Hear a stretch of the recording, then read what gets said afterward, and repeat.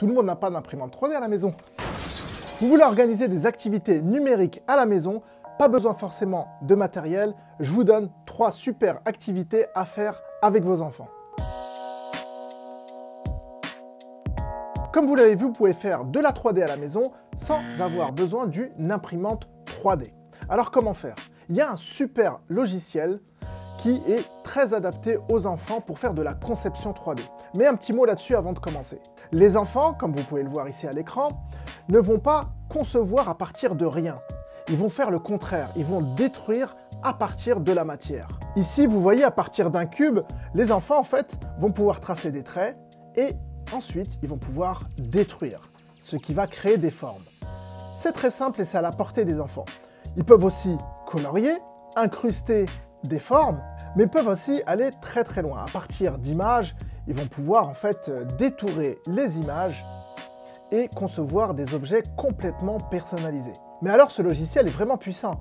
Regardez, à partir de la conception ici, on a fabriqué un véritable robot. Et on pourra aussi créer toute une panoplie d'objets pour fabriquer par exemple des porte-clés ou pour fabriquer des objets qui leur tiennent à cœur. Bref, vous l'avez compris, mais rien de plus concret qu'un interview d'un enfant qui travaille avec 3D Slash. C'est parti. Je vais vous expliquer comment on fait un fractal. On détruit un gros carré. Après, on vient là, ici, on prend 4. On fait un carré sur... comme si on faisait un triangle. Ensuite, si vous voulez aller plus loin, c'est-à-dire donner vie à la création de votre enfant, il faudra l'imprimer en 3D. Mais pas besoin encore ici d'acheter une imprimante. Vous pouvez le faire en ligne, envoyer le fichier que votre enfant a conçu et recevoir par courrier l'objet qui a été créé par votre enfant. Donc une activité numérique riche, constructive et qui va l'aider dans la géométrie, la représentation dans l'espace et plein de concepts mathématiques. Deuxième activité. Les enfants aiment beaucoup dessiner, ça vous le savez.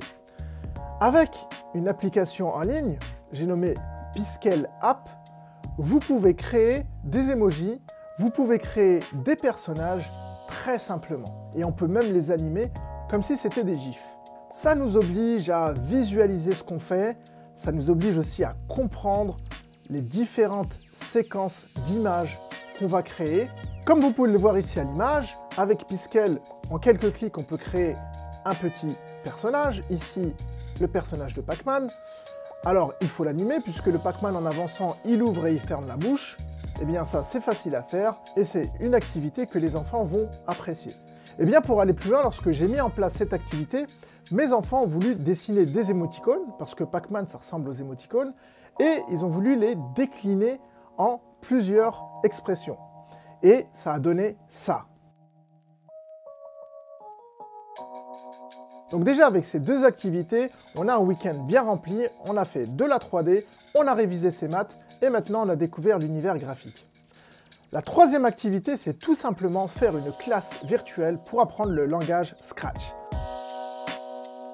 Les classes virtuelles, il suffit de s'inscrire en ligne, sur Scratch, sur Python, si votre enfant est un adolescent. Sachez que le langage Python est inscrit au programme au lycée, et donc ça fait partie du programme dès la seconde.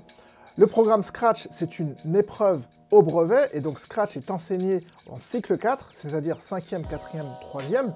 Mais Scratch est tellement simple que dès 8 ans, vous pouvez commencer à le mettre en place et à l'utiliser avec votre enfant.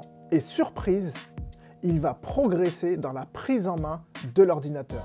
Vous savez, à 8 ans, l'enfant est en CE2, en CP et CE1, il vient d'acquérir la lecture, il vient d'acquérir l'écriture. Ses mains ne sont pas forcément assez grandes pour manipuler la souris, pour faire un clic gauche ou un clic droit. D'ailleurs, c'est deux fonctionnalités qui sont dures à prendre en main pour les enfants. Vous savez aussi, copier-coller ou glisser, déposer un document dans un dossier sont des choses qui peuvent être très difficiles pour des enfants. Et lorsque les enfants apprennent à utiliser Scratch à 8 ans, en fait, ils découvrent l'ergonomie de l'ordinateur. Et ça, c'est génial. Vous avez donc 3 idées d'activités à faire à la maison. Je vous ai mis les ressources dans la description. Si vous aussi, vous avez des idées d'activités, laissez-les en commentaire pour enrichir cette vidéo. À vous de jouer. Hop hop hop.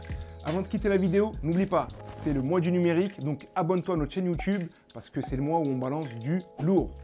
Merci d'avoir vu cette vidéo et si elle t'a plu, tu peux continuer à nous suivre sur nos réseaux sociaux et sur notre site.